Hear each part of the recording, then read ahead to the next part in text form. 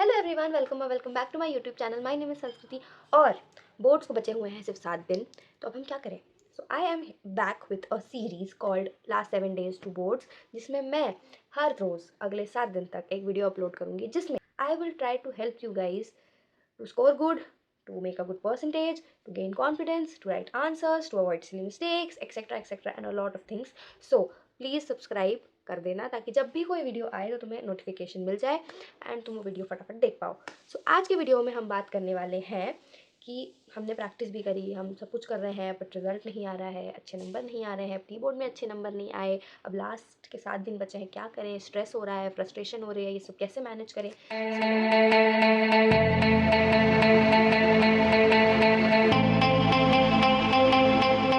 First problem that is कि हमारे number क्यों नहीं आ रहे हैं। हम इतनी प्रैक्टिस कर रहे हैं बट हमसे नहीं हो पा रहा है, हम एग्ज़ाम में जाके ब्लैंक आउट कर जाते हैं। तो ये ब्लैंक आउट करने का मेन रीज़न ये होता है क्योंकि हम पढ़ते तो जाते हैं, हम नए नए टॉपिक्स पढ़ते जा रहे हैं, लेकिन हम पुरानी चीज़ों को रिवाइज़ नहीं करते time to time. It is very important कि हम टाइमली चीज़ों को रिवाइज़ भी करें। आगे पार्ट पीछे सपाट वाला खेल होगा, तो जाके एग्ज़ाम में ब्लैंक आउट ही करोगे।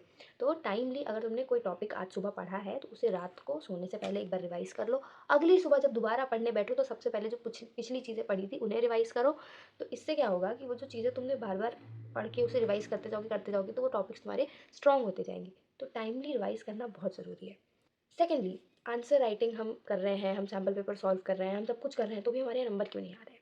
क्योंकि हम सैम्पल पेपर सॉल्व करते टाइम जो मिस्टेक्स करते हैं हम उन्हें सिर्फ देखते हैं कि हाँ चलो ये गलती हुई है एंड आगे बढ़ जाते हैं। ऐसा नहीं करना होता है, उन मिस्टेक्स के ऊपर फोकस करना है, उन्हें सुधारने की कोशिश करना है। सो नेक्स्ट टाइम से अब ये जो 7 days में तुम जो भी सैम्पल पेपर सॉल्व करोगे उसमें जो भी तुमसे गलतियाँ होंगी उसे तुम एक पेपर में नोट करोगे एंड उस पर फोकस करोगे कि इसे कैसे इंप्रूव किया जाए। गलतियों को सुधारो, गलतियाँ कर रहे हो, गलतियों को एनालाइज करो, उन्हें सुधारो, तब जाके वो आगे चल के वो गलतियाँ तुम अवॉइड कर पाओगे। अदरवाइज यही सेम गलतियाँ जो तुम अभी कर रहे हो वो तुम बोर्ड के पेपर में करके आ जाओगे, जो कि हम नहीं चाहते ना, क्योंकि गलतियाँ करेंगे तो नंबर कटेंगे and we don't want that. Now frustration और स्ट्रेस, इसको कैसे मैनेज किया जाए। First of all, stop doubting yourself. Okay, खुद से ये बोलना बंद करो कि मुझसे नहीं होगा। Stay positive, stay calm, try to stay काम।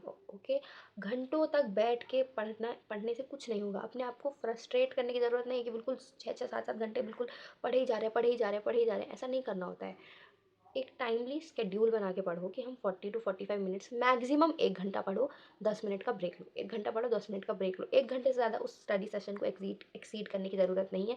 जब तुम बहुत ज़्यादा एक टाइम पढ़ लेते हो ना, बहुत लंबा एक स्टडी सेशन हो जाता है, तो माइंड एग्जॉस्ट हो जाता है। जब माइंड एग्जॉस्ट हो जाता है तो स्ट्रेस होता है, फ्रस्ट्रेशन होती है, चिड़चिड़ापन होता है, छोटी छोटी बातों पर गुस्सा आता है, गलतियाँ होती हैं, फिर सेल्फ डाउट होता है एंड उसी वजह से फिर हम ये स्ट्रेस एंड ऑल में पड़ जाते हैं। So it is very important to note कि कितने घंटे पढ़ रहे हो वो मैटर नहीं करता है, तुम कितने प्रोडक्टिवली पढ़ रहे हो, जो तुमने पढ़ा है वो तुम्हें याद है या नहीं, वो मैटर करता है। So focus on that and stop exhausting yourself by forcing yourself to study. Okay, जब तक तुम्हारा दिमाग बोल रहा है कि हाँ अब पढ़ लेते हैं, पढ़ो। जब सैचुरेट हो जाए 10 मिनट का ब्रेक लो। And when I say 10 minute I mean 10 minute. And in 10 minute में रील्स नहीं देखना होता है। Go for a walk, play some music, either play a sport. Just don't go to your phone. Just don't. Please, phone मत चलाने लग जाना. Now let's move on to the next part of this video, which says कि अगले 7 दिनों तक हमें exactly करना क्या है. First of all, no new books, no new nothing. कुछ भी नया नहीं पढ़ना है. जो पढ़ चुके हो उसे ही रिवाइज़ करो, जितना पढ़ चुके हो उसे ही रिवाइज़ करो, अगर तुम्हारा सिलेबस कंप्लीट हो गया है तो। अगर सिलेबस कंप्लीट नहीं हुआ है तो सिलेबस कंप्लीट करो, ठीक है। ये मैं उन बच्चों की बात कर रही हूँ जिनका सिलेबस कंप्लीट है। अब कुछ भी नया नहीं पढ़ना, कोई नई बुक नहीं उठानी है, कोई नया कुछ नहीं लगाना है। जो पढ़ चुके हो, जितना पढ़ चुके हो उसे रिवाइज़ करते रहो, सैम्पल पेपर सॉल्व करते रहो। सैम्पल पेपर सॉल्व करने के बाद जो गलतियाँ हो रही हैं उन्हें एनालाइज़ करो, ठीक है। काम रहो। It is very important to stay calm, क्योंकि बोर्ड एग्ज़ाम तुम्हारी इंटेलिजेंस के साथ साथ तुम प्रेशर के अंडर कितना कामली परफॉर्म कर सकते हो वो चेक करने के लिए भी होता है, ठीक है। तुम्हारी नॉलेज तो एक चीज़ है ही, बट उस नॉलेज को तुम किस तरीके से पुट आउट करते हो अपनी आंसर शीट में काम तरीके से, that is what they want to test. Okay, so it is very important to stay calm, to believe in yourself and to stay positive. Okay, stop criticizing yourself, stop comparing yourself. अपने पुराने marks के चक्कर में अपनी self worth को decide मत करो। अभी भी तुम्हारे पास 7 दिन बचे हैं, इसमें भी बहुत कुछ हो सकता है, ठीक है।